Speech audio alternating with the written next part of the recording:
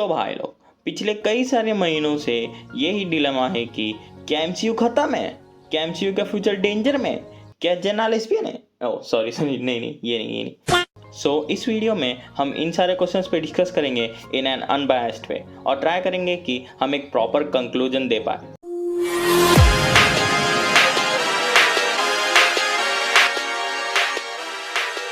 Hello guys, मैं हूँ संकेत और मैं हूँ कौशिक।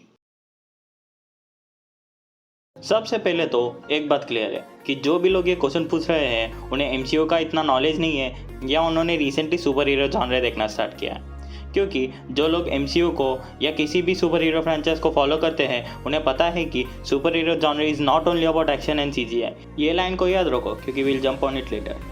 जो भी लोग एमसीयू को डेड बोल रहे हैं उनमें से मेजॉरिटी लोग सिर्फ मूवीज एंड सीरीज को उनके बॉक्स ऑफिस अर्निंग्स और बजट के बेसिस पे जज कर रहे हैं। ये पैरामीटर गलत नहीं है, बट मोर इम्पोर्टेंट ये है कि सिर्फ एक पैरामीटर के बेसिस पे जज करना is not at all valid. For context, अगर हम एंटमैन फ्रेंचाइज को एनालाइज करें तो इस साल आई हुई एंटमैन क्वांटममेनिया का वर्ल्ड वाइड ग्रॉस था $463 मिलियन। अगर हमने इससे एंटमैन 2 से कंपेयर किया तो उसका बॉक्स ऑफिस कलेक्शन था $623 मिलियन। तो ऑब्वियसली हमें एक बहुत बड़ा ड्रॉप देखने मिलता है। तो कई सारे सेल्फ प्रोक्लेम्ड क्रिटिक्स और हेटर्स को ये रीज़न मिल जाता है कि एमसीयू पहले जितना परफॉर्म नहीं कर पाया।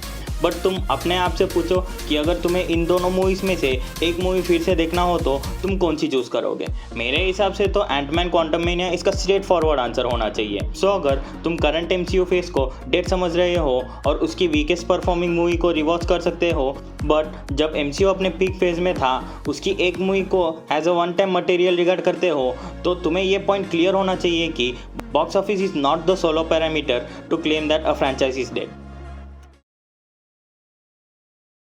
याद करो वो 2008 का साल जब सिनेमैटिक यूनिवर्स का कॉन्सेप्ट रियली एग्जिस्ट करता था। उस साल एक मूवी रिलीज हुई थी जिसने हमारे सुपर हीरो जॉनर की तरफ देखने का पर्सपेक्टिव ही चेंज कर दिया। Yes, I am talking about none other than the dark knight. अरे रुको, हम डीसी या नोलन चाचा की बोस्टिंग नहीं कर रहे, ये बस एक रेफरेंस के लिए ले रहा है। देखो, एमसीयू भी 2008 में ही ऑफिशियली बिगिन हुआ था और द डार्क नाइट भी उसी साल रिलीज हुई थी।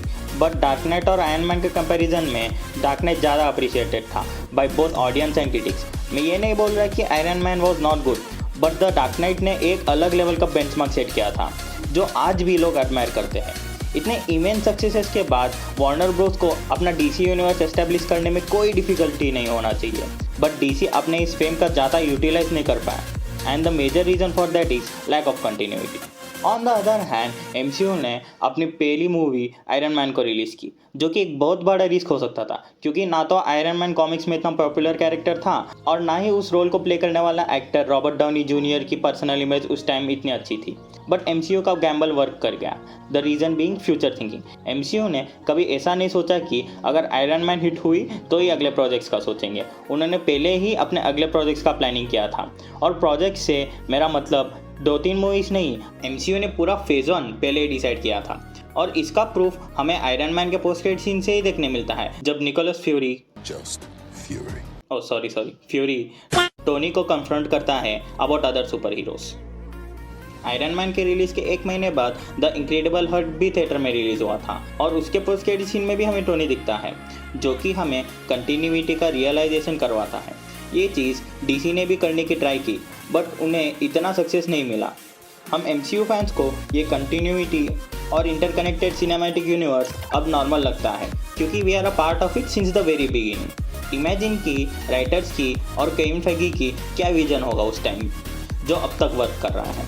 ये interconnected universe, post credit scene culture, एक कैरेक्टर का दूसरा मूवी में अपीयरेंस होना, ये सब एमसीयू से ही शुरू हुआ था जो अब ग्लोबली हर फिल्म इंडस्ट्री कर रही है, इंक्लूडिंग बॉलीवुड, जो न जाने अपना अलग ही सा एमसीयू क्रिएट कर रहा है, जैसे कि वाईआरएफ का स्पाई यूनिवर्स, रोहित शेट्टी का कॉप यूनिवर्स और साउथ में केजीएफ और लोकीवर्स। तो अगर एमसीयू डेड होता तो इतने सारे अलग सिनेमैटिक यूनिवर्स हमें शायद ही देखने नहीं मिलते। But in my honest opinion सिर्फ एक ही सिनेमैटिक यूनिवर्स है जो एमसीयू को टक्कर दे सकता है, and it's none other than our own lord Reshammiya's एक्सपोजवर्स। By the way lord Himesh 9 महीने हो गए हैं, सिर्फ टाइटल अनाउंसमेंट किया है, बाकी का माल कब आ रहा है? तो याद करो कि मैंने थोड़ी देर पहले एक पॉइंट बोला था कि super hero movies are not only about action and CGI, उससे भी ज़्यादा इंपॉर्टेंट एस्पेक्ट होता है मूवी की स्टोरी। तो रिसेंटली फैंस की ये एक कंप्लेंट रही है कि अब मार्वल वाले अच्छी स्टोरी नहीं लिखते, सब कुछ सेम होता है। तो इस पॉइंट को मैं 2 मूवीज़ के एग्जाम्पल के साथ एक्सप्लेन करना चाहूँगा। ये दोनों मूवीज़ आपस में कम्प्लीटली डिफरेंट है, यट आपस में बहुत सिमिलर है। रुको ये सेंटेंस हिपोक्रेटिक साउंड कर रहा होगा, बट मैं गांजा फूक के नहीं आया हूँ। So let's compare the dark night, जो कि एक DC मूवी है, विद सिविल वॉर, जो कि एक मार्वल मूवी है। देखा जाए तो दोनों मूवीज़ में कुछ भी सिमिलरिटी नहीं मिलेगी। डार्क नाइट में बैटमैन वर्सेस जोकर की स्टोरी है, वेरएज सिविल वॉर में Iron Man versus Captain America. Dark Knight का डायरेक्टर है Christopher Nolan, whereas Civil War का director Russo Brothers. The dark Knight में सिर्फ एक सुपर हीरो है जो मूवी के एंड में पब्लिक के लिए विलन बनता है, वेरएज सिविल वॉर में सुपर हीरोज़ की कमी ही नहीं है। इतने सारे सुपर हीरोज़ है कि ये एक एवेंजर्स मूवी भी बोल सकते हैं। इससे भी कई सारे डिफरेंसेस मिलेंगे इन दोनों मूवीज़ में।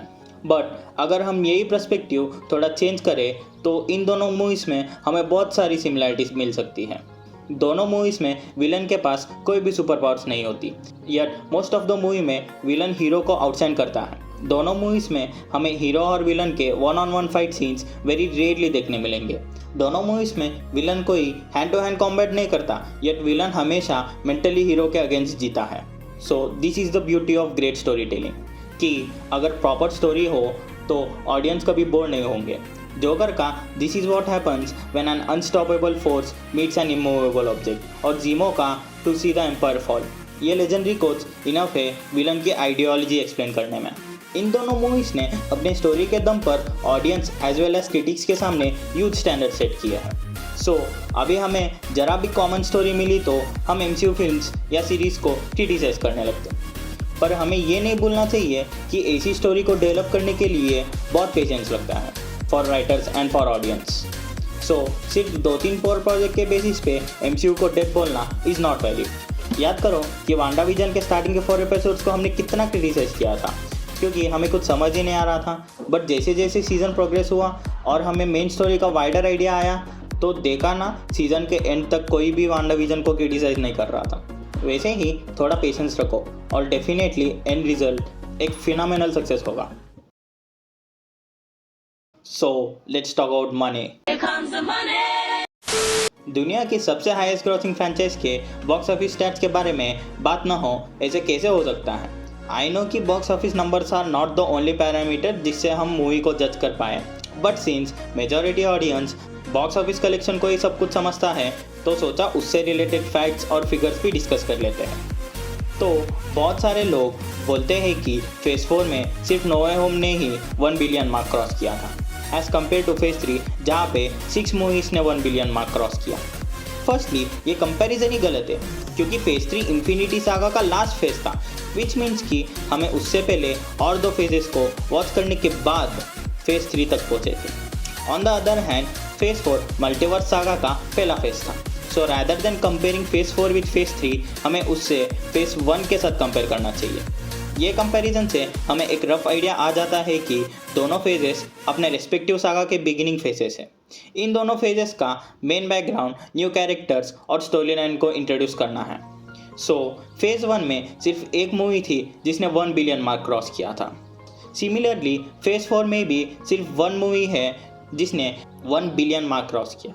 बट इंटरेस्टिंगली फेज़ 4 के और 3 मूवीज़ ने 750 मिलियन से ज़्यादा कलेक्ट किया, और बाकी के जो भी 3 मूवी ने 500 मिलियन मार्क भी क्रॉस नहीं किया, वो सभी during post pandemic period release हुई थी विथ लॉट ऑफ रेस्ट्रिक्शन। सो उस हिसाब से तो MCU ने बहुत ही अच्छी बॉक्स ऑफिस कलेक्शन की है, और मेरे अकॉर्डिंग ये ग्राफ और अपवर्ड ही जाएगा। सुपर हीरो फटीग ये क्या होता है? सो रिसेंट टाइम्स में ये एक नया टर्म डिस्कवर हुआ है।